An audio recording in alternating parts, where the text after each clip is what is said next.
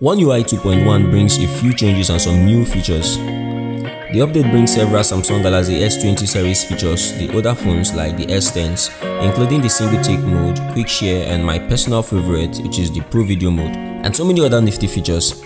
What's up guys, it's Victor here again. So in this quick one, I'll be sharing about 15 new awesome features that came along with the latest One UI 2.1 update. And these features are what you definitely want to try out, I'm sure of that. Be sure to also stick around to the end of this video, as I'll be sharing how to efficiently use the new Pro video mode that came with the update. And please, if you are new here or perhaps you haven't, please smash the subscribe button just below this video and turn on the post notification bell icon so you'll be notified the next time and every other time I post a new video like this one.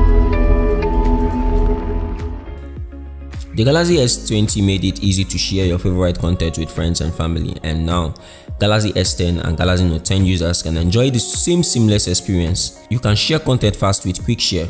Quick Share shows you which of your contacts are nearby and lets you send photos, videos, or even large files to multiple people at the same time. The Quick Share option will let you send files to up to 5 friends at once with no device pairing. In real life, I found this Samsung's Quick Share feature to be actually better than Apple's AirDrop feature, because AirDrop only allows you to share to one recipient at a time, while with Quick Share you can share to up to 5 people at a time.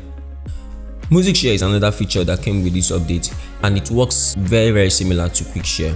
This one allows you to share your Bluetooth speaker or your Bluetooth devices so that other devices can connect to the same Bluetooth at the same time when you are also connected. So what this basically means is that instead of disconnecting your device for someone else to connect their device to the Bluetooth speaker, 2 of you can be connected at the same time. You just share that Bluetooth space by toggling on your Music Share icon.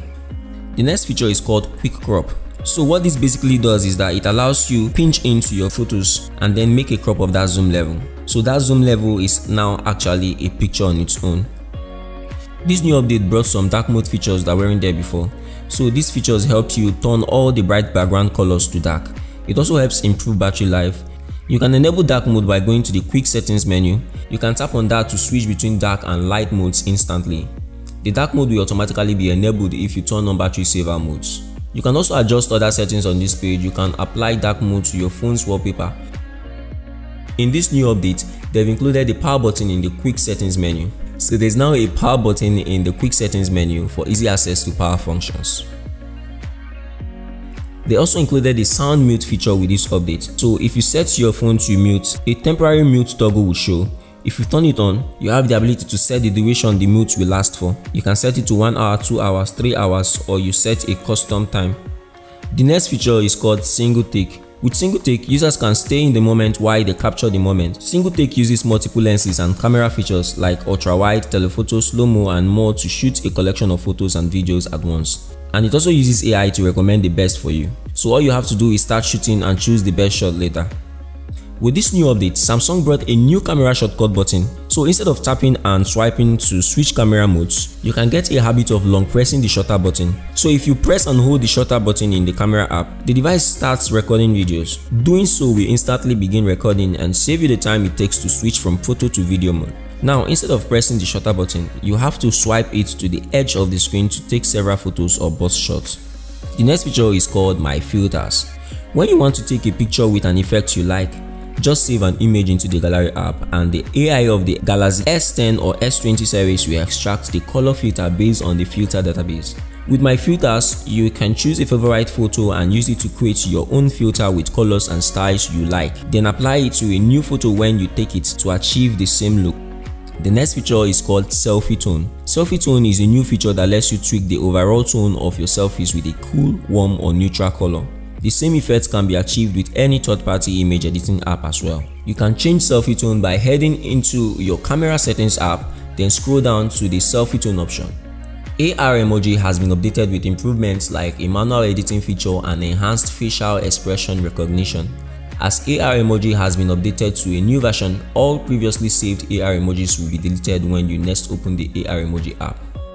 The next feature is something I've waited for a long time for. Now you have the ability to switch cameras doing video. This means that if you are using your selfie camera for a video recording, you can easily switch to the rear camera in one continuous video record. 4K selfie video is now available. With this update, you can now shoot selfie videos at 4K and at 60 FPS. For videographers and YouTubers just like myself who want more control over how they record, this update will also bring Pro Video. Users can get manual control over settings like ISO, shutter speed and exposure level, just like on a DSLR. So they can capture the scene just the way they like it.